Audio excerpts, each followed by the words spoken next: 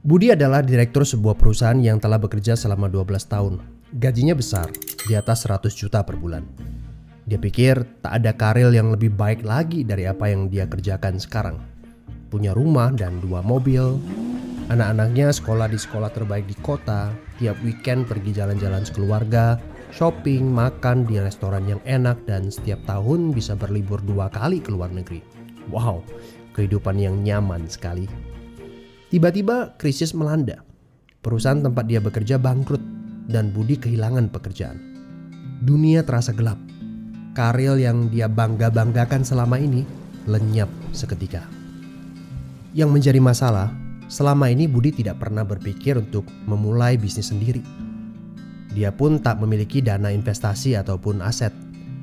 Budi berpikir, tenanglah, bulan depan bakal terima 100-an juta lagi kok.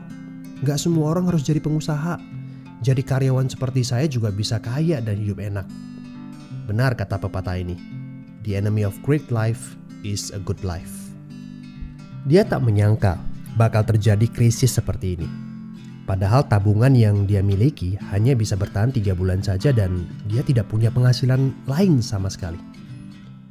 Apakah kamu punya teman yang mengalami hal yang sama seperti Budi? Kita harus sadari satu hal. Kita tidak bisa bekerja selamanya karena faktor usia ataupun kesehatan. Ada krisis atau tidak, kita pasti akan berhenti bekerja. Entah karena sudah tua dan dipensiunkan, atau karena sakit dan tak sanggup bekerja lagi. Jika tidak mempersiapkan backup income sejak dini, tamatlah riwayat kita. Budi bertemu dengan teman lamanya bernama Jason, pengusaha sukses yang saat krisis malah bisnisnya berkembang pesat.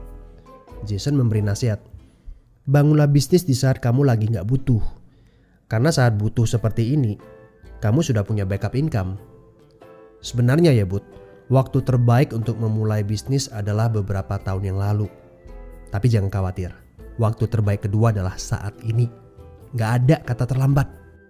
Dari pengalaman Budi, kita belajar bahwa penghasilan yang besar saja tidak cukup jika itu sangat bergantung kepada pekerjaan kita. Sekali kita berhenti bekerja, penghasilan pun ikut berhenti. Pernahkah Anda berpikir bahwa ada konsep yang lebih baik? Perhatikan ini. Kerja untuk membangun aset produktif untuk mendapatkan income.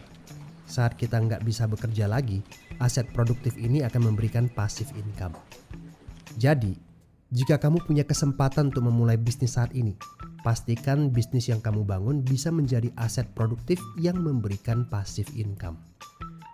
Kamu harus punya goal beberapa tahun ke depan bisnis kamu